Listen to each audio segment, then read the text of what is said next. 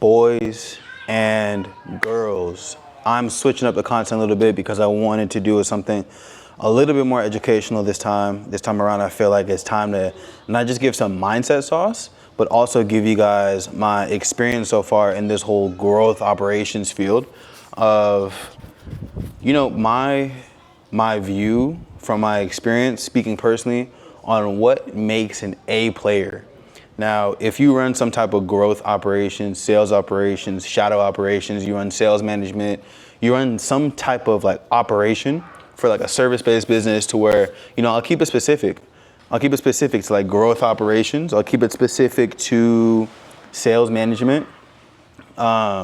If you are on an offer, you're new to an offer, you're past the outreach stage, which I'm gonna post about too, and now you're looking for an A player, because what matters the most is literally not just the offer, not just running ads, not just the content, none of that. It's the culture you have on your team. If you have a bad person on your team, I watch a lot of Jeremy Haynes, there's 3 people you wanna look out for. It's gonna be the donkey, it's gonna be the camel, the stallion. I added my own in there, I added the human. The humans are the one who leads all the animals, right? That said, if you're the human, you're the leader on the team, you gotta point in a direction, and that animal has to go that direction. So if you have a stallion on your team, what is a stallion? A stallion is someone, boom, you just gotta go point in that direction. They're sprinting there. They're magnificently galloping there, right? Stallions are strong. You don't gotta tell them too much. They tell them what to do, they're gone, they're there, in the words of Jeremy. That said, boom, what is a camel? A camel, give them a little sip of water. Give them a little sip of water. They're really reliable. You give them that little sip of water, they're going the distance. All you gotta do is say, hey, do this, and they're going that distance. You might have to wind them up a little bit and say, keep going. Might have to micromanage a little bit, keep going, but they're going the distance, they're reliable. But still, you want a stallion, right? You want a stallion compared to a camel. The stallion's gonna lead the camel. And then lastly, you have the bottom tier donkey. Now, the donkey right there, the donkey is going to not move unless you beat it. You gotta beat it. So that said, I'm gonna be going over the 3 differences, more so than less than the 3 differences, what an A player is. An A player is the magnificent galloping stallion. Now, I don't wanna go too like nerdy into this. Let's go straight into it. Let's dive straight into it. Why not? Let me amp up my eyesight. I be looking at my computer all the time. My eyesight is just like getting damaged day in, day out. Green flags. What are the green flags to look for in an A player? Boom, green flags. They talk in results, not responsibilities, right? They don't say, oh, I did this and I've done this before. That just shows you don't really understand how all this works. I increased email open rates from 18 to 42%. Yo, talk numbers, talk numbers. Are you serious? Guys, I've fired a few people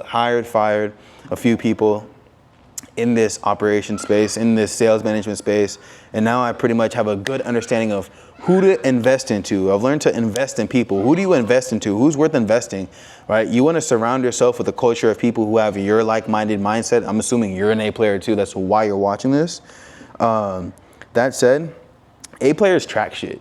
A players are tracking the shit. They're talking numbers. They love money. That said, they're going to be talking in numbers. Not, oh, I used to do this. I used to work for Brez's offer. I used to work for this person's offer. No, I increased my show rate and my connection rate to this by doing this. I have a great sense of what I'm doing. I'm hungry. I'm motivated. I want to do this. I want to come on your team. I research your team. Let me not go too far ahead. But they talk in results. This just goes to show that they have real experience. What's next? Boom, they ask about systems before salary. First questions, what are your current process? How do you track success? If they care about the system more than a paycheck, boom, you found a freaking A player. If they care about your system, most likely, I feel like a lot of guys in the info space, people in the info space, a lot of people coming into high ticket sales, trying to close for an offer, they're coming on so they can learn how to be the best freaking closer, the best freaking setter, or they want to run their own offer, so they're studying. They want to know how your systems work. They're taking in all the information. Those people will go the distance because they want to learn how things operate. It's going to be very short and quick. I don't really have a whole bunch of yapping to do about this. It's very black and white, clear, straight to the point, no gray middle area. It's that simple. They're talking about systems. They're not saying, okay, so how much am I going to get paid? How much is the overall target earnings, on target earnings? Yo, what? No, what's the lead volume? Yo, what's the lead volume looking like? What systems, what's the funnel design looking like? Who's calling me? I'm making a video right now. Okay, one of my closers is calling me. I'll be right back, y'all. Okay, back at it. Little interception. I had to call, kind of to get on the phone with a closer. We're about to actually onboard again. Like, we let her go, but we wanted her back. And sometimes it just has to happen like that. Honestly, like, we created the conditions for her to be able to come back. I offered her an extra percentage because we wanted her to come back because, honestly, I'll take it on the chin. We made a decision that didn't really sit with us too well. It was a decision that we had to make fast at the time, and we created the conditions for her to come back. Sometimes that's what you just have to do, and obviously give that closer more percentage, give them an incentive. So we got her back on board, plus extra percentage and commit and comms, plus like an extra, like a, what's it called? Like a DM setter, like her own DM setter. That said, literally, she was an A player, so she's freaking worth it. Other than that, what is next? Back at it. Let's get to what you guys came for. Boom. They're already solving your problems before you hire them, right? Yo, so I looked at your funnel and I noticed ... Boom. Yo, they care. They're looking at systems. What? Are you serious? Bro, what closer do you know is hopping on a call, on an onboarding call, on an interview, on a Loom saying, yo, I looked at your systems, I like your culture, I would fix this is what I noticed, this is where I think I can improve in the show rate, the connection rate, whatever. I funnel hacked you, I saw this person took too long, I think I would improve this here. Yo, this person's serious. Have you tried this? Making recommendations, like, you're not too much in a place to make a recommendation, but at the same time, it's like, yo, you just came looking to improve the offer off rip. That's just a mentality that you can't find. That is number 3. Now let's look at the red flags. What are the red flags in a closer, a setter, a DM setter? Just a donkey, all right? Let's see right here. Red flags, they focus on hours, not outcomes. Let me take the rest of this off so you guys can see it.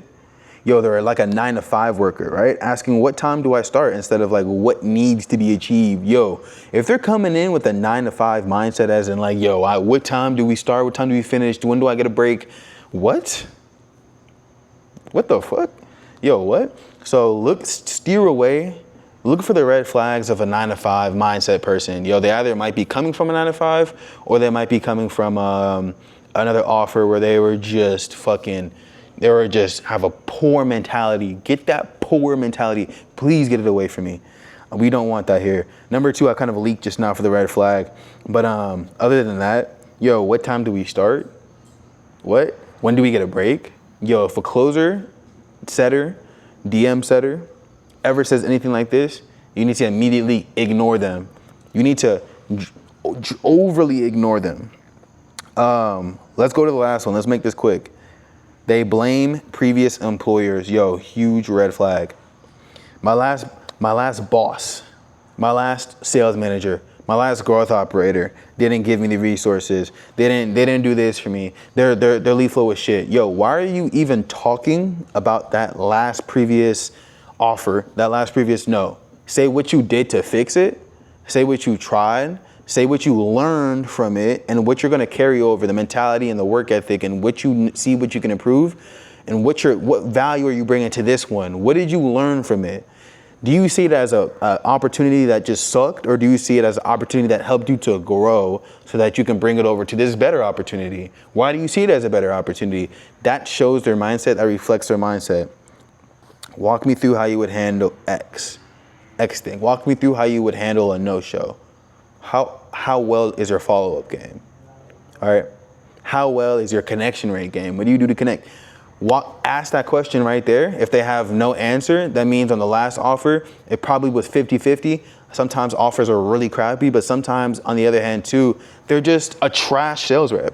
A lot of these sales reps, in the words of Jimmy Haynes, I know I'm glazing this dude, are fat cat closers, fat cat setters, fat cat DMers, waiting on inbound DMs, not taking initiative to outreach, not thinking outside of the box. A lot of people in this space do not think the past length of their arms, because they are meant to work a 9 to 5, or they are just not meant to work in upper management, not meant to be their own boss. They are meant to literally just be a worker, just be an employee. The ones who know that they're supposed to progress, the ones who know that they want to go run their offer, want to go run their own offer, or want to go manage an offer, or want to go growth operate an offer, want to go coach the coaches, want to go coach. Those guys, bring them on your team. They have the mindset, mentality of being their own boss. That's why I always ask, like, outside of closing, outside of setting, outside of DM setting, what do you want to do? Are you on this offer to learn more about how the operation is ran? Or are you on this offer so you can just be an employee? We don't even want employees. We don't want people who just want to stay with us for the longest. I mean, I do want people who want to expand on their role and become better at their role and become go into upper management, go into a higher role, close, increase the revenue in some type of way where they're offering more value, whatever it is. But if you're coming on to be a freaking employee, go work that 9 to 5 or go on an offer where it's completely trash and they're stagnant. They're not looking for growth.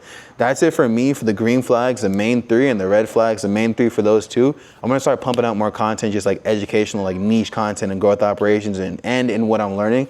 If you don't know who I am, my name is Kalima. I do growth operations. I hate even just saying the term growth operations, holy buzzword. Other than that, that's going to be it for me on the main 3 green flags, main 3 red flags, on what to look for and what to absolutely overly ignore for your sales operations and your growth operations, your marketing operations, or just more so your sales operations. Other than that, that is it for me. Peace.